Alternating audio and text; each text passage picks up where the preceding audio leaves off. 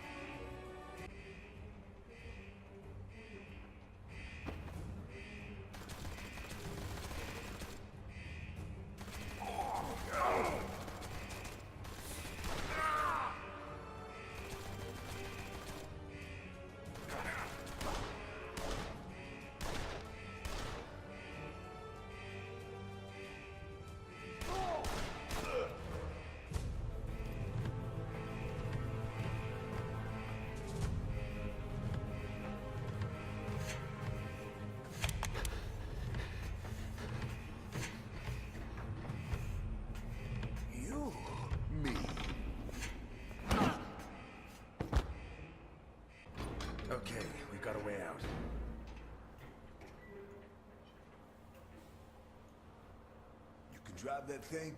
I'll have to. Let's go. Not yet. Ivankov mentioned the cargo zone when I tried to get information about the girl. I have to investigate.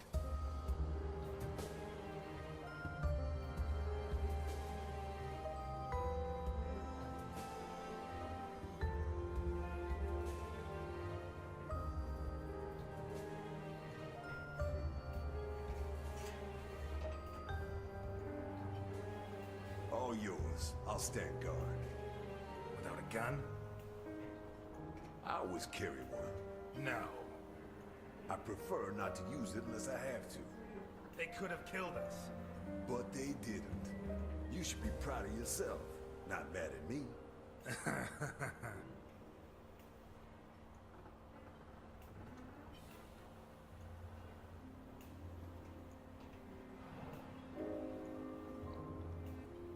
You're not going to help me? No. No? I'm not a detective. And there's too much blood in this tragedy to put it down.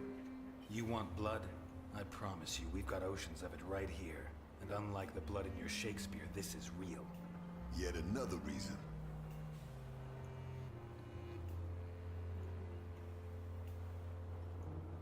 Why don't you like shooting? I did it once. I wasn't good at it. Never again.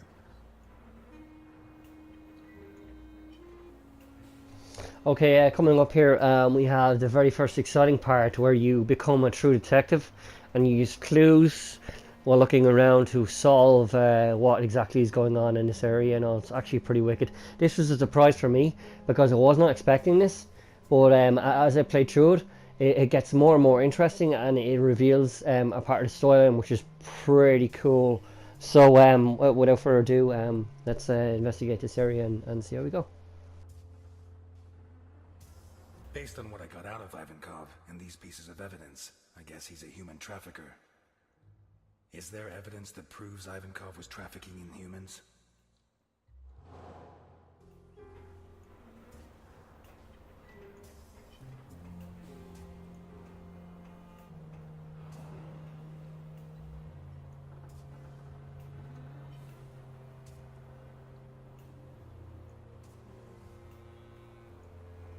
The marks seem to have been made by teeth, although I can't be sure. Animal fur.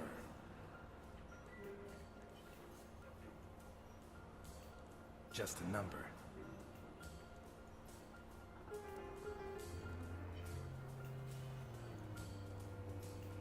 I think they tried to clean up urine stains with some kind of powerful cleaning product made with ammonia.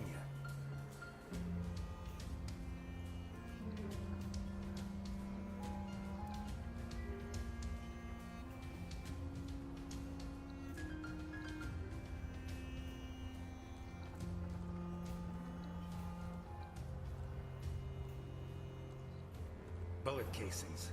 He probably shot at whatever was in the cage.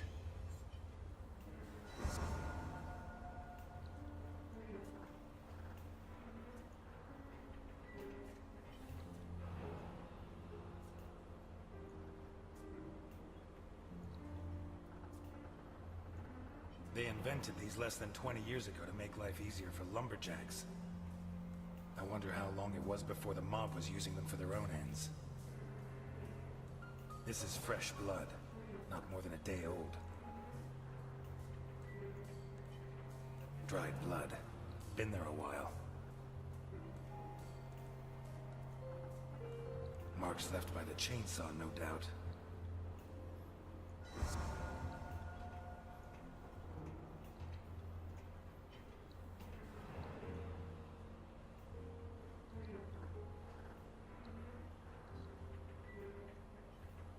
Cross painted by hand in blood. Was it the prisoner's own hand and their own blood? Sickening smell, revolting stains. This was a toilet for whoever was locked up here. The diameter of these shackles is pretty conclusive. Wrists or ankles. There's still some water and the food hasn't dried out completely. This cage was occupied recently.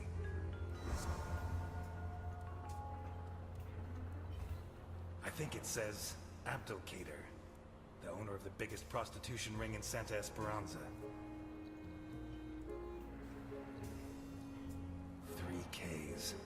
Holy Christ.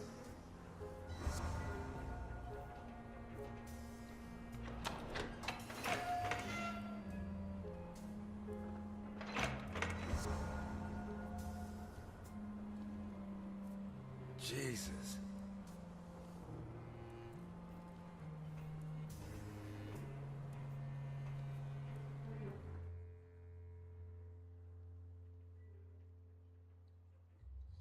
Human bodies, dismembered and piled up like trash.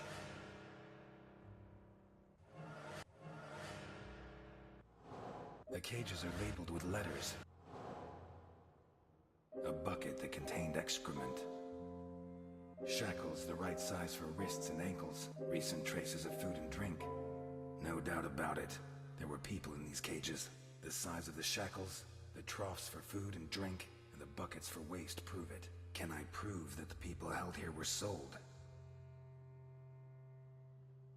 The cages are labeled with letters, or names and numbers. Cages that likely house dogs. A metal table on which human bodies, dismembered.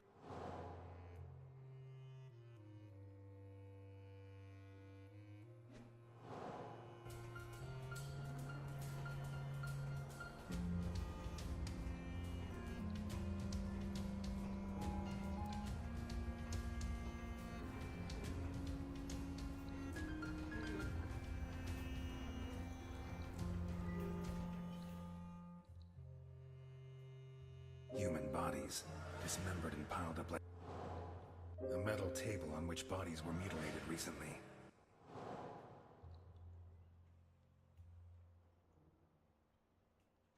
Cages that likely house dogs.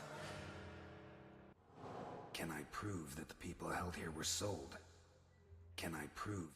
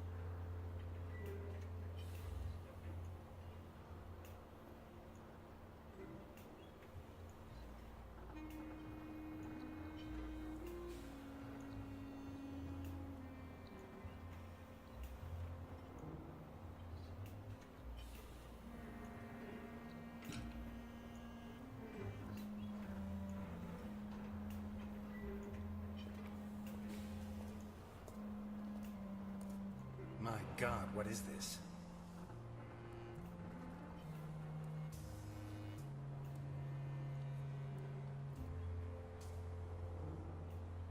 Bloodstains trampled by the bare feet of at least 4 different people.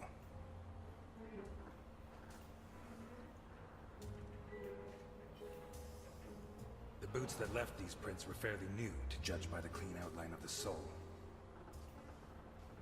Bloody paw prints, made by dogs most likely.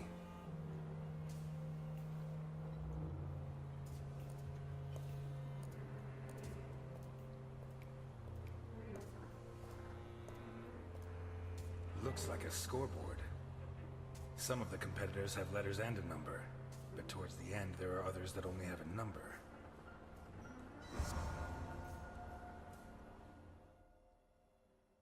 A scoreboard, like a knockout tournament.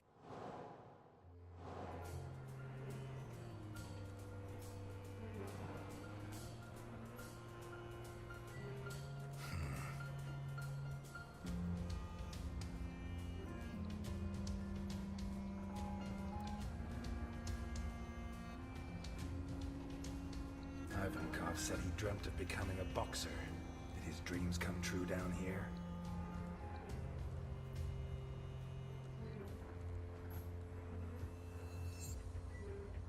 There's more than blood on here.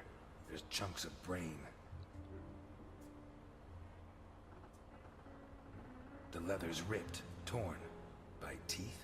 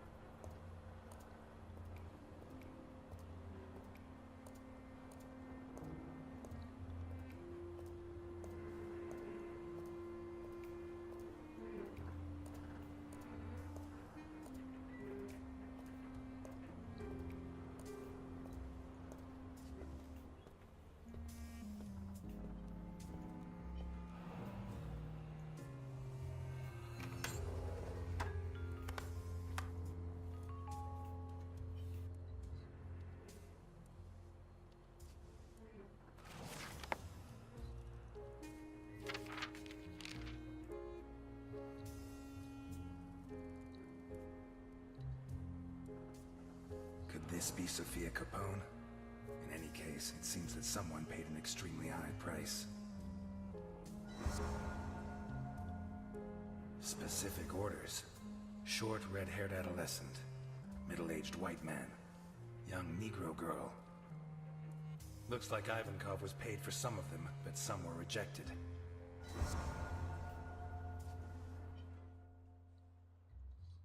According to Ivankov's register, not all the labels on the cages could refer to the customers who buy human merchandise from Ivankov. I base this assumption on the register, in which some of the pieces are marked as acceptable and paid for, and others are not. What does he do with the ones that are rejected?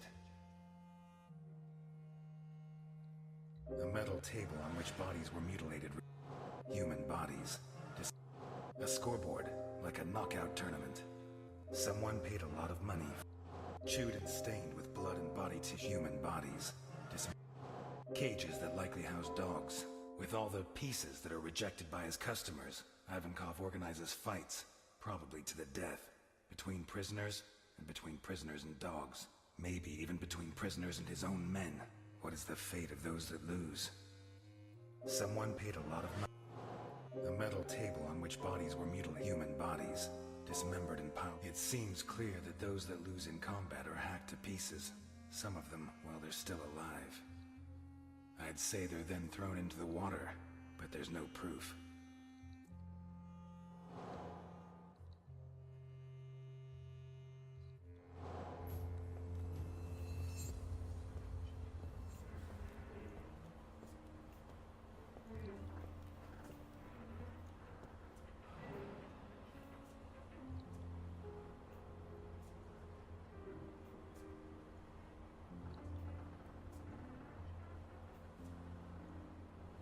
Kulikov, the most versatile vodka in the world. A receipt from the most expensive children's clothes store in Santa Esperanza, issued yesterday.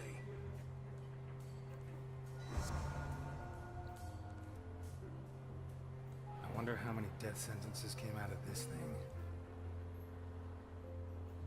Guido Colombo.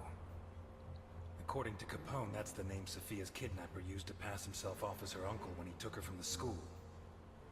We owe this beautiful work of forgery to the talent of Carlo Boccherini. May he rest in peace.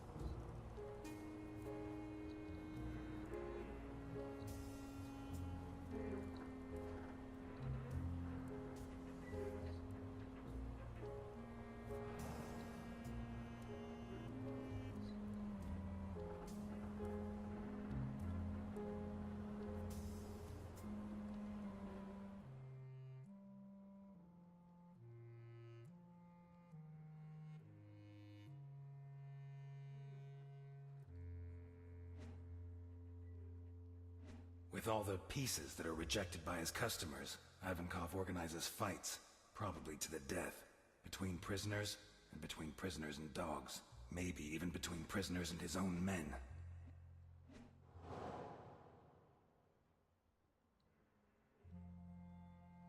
It seems clear that those...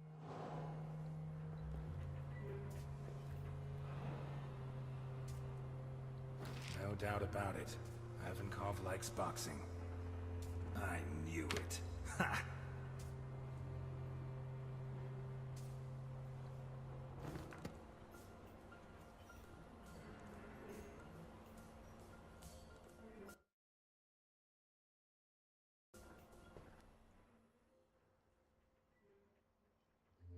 I'd say they're then thrown into the water, but there's no proof.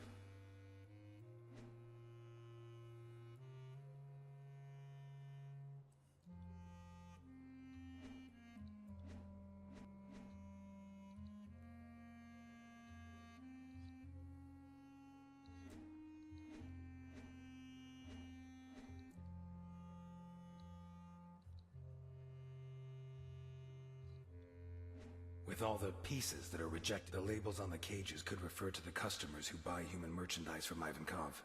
No doubt about it. There were...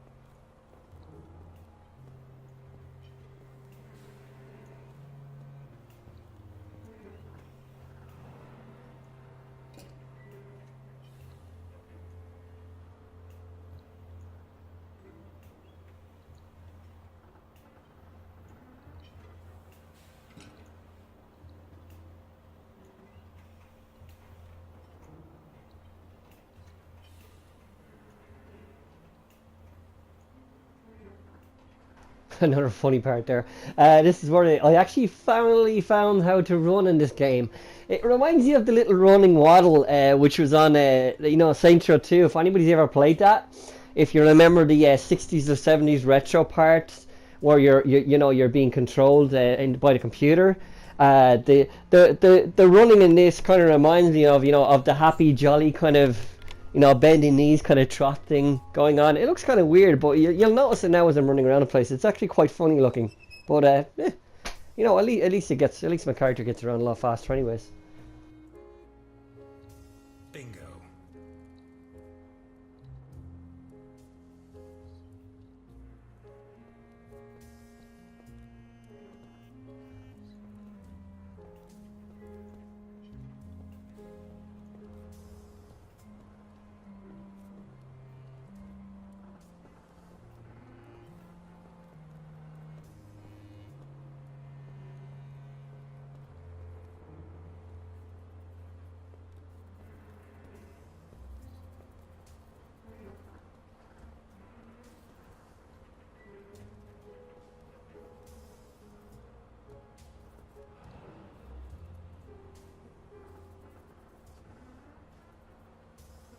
They're still damp.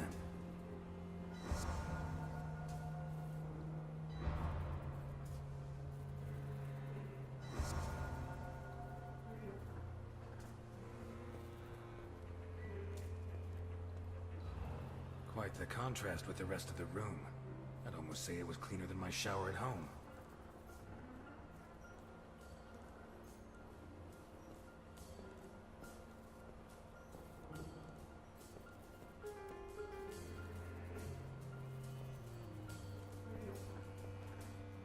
The size of the shackles, the troughs for food and drink.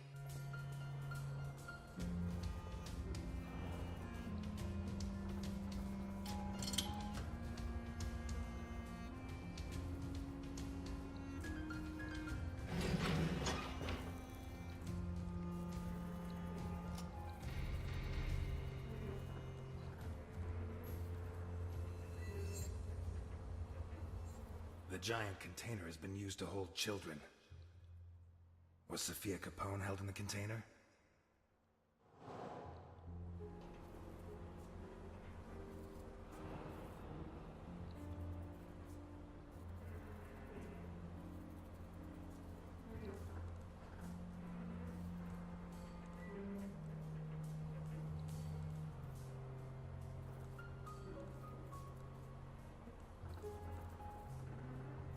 boy's underwear. Dirty.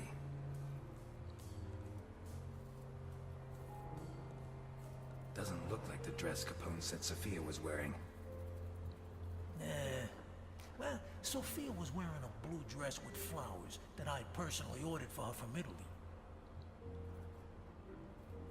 She was also wearing white ballet shoes with daisies embroidered on them.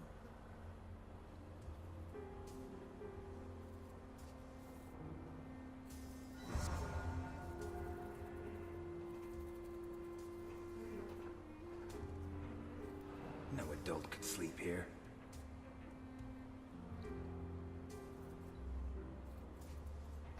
We're coming to the end of this video. Sleep here. So, thank you so much for watching.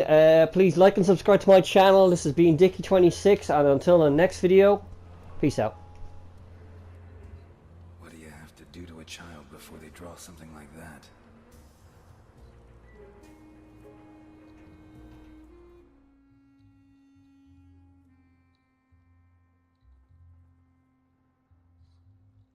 Someone paid a lot of money for the forgeries belonging to Sophia Capone's kidnapped children's shampoo. A girl's shoe identical to the one that Capone... A shoe identical to the one described by Capone, and the documents used by the person pretending to be Sophia's uncle make it certain that she was held here. Sophia Capone was here, but did she get out? A hefty receipt for... Someone paid a lot of money for a piece... According to the register, Ivankov was paid for Sophia, which means she was handed over to his customer. Sophia Capone got out of here, but did she get out alive? Children's shampoo. Towels that are still damp. A hefty receipt for children's clothes. The damp towels, the children's shampoo, and the receipt from the children's clothes shop indicate that they washed and dressed the children before taking them away. I strongly doubt that they washed them just to kill them, so there is reason to believe that Sophia Capone is still alive. We're done here. Let's go.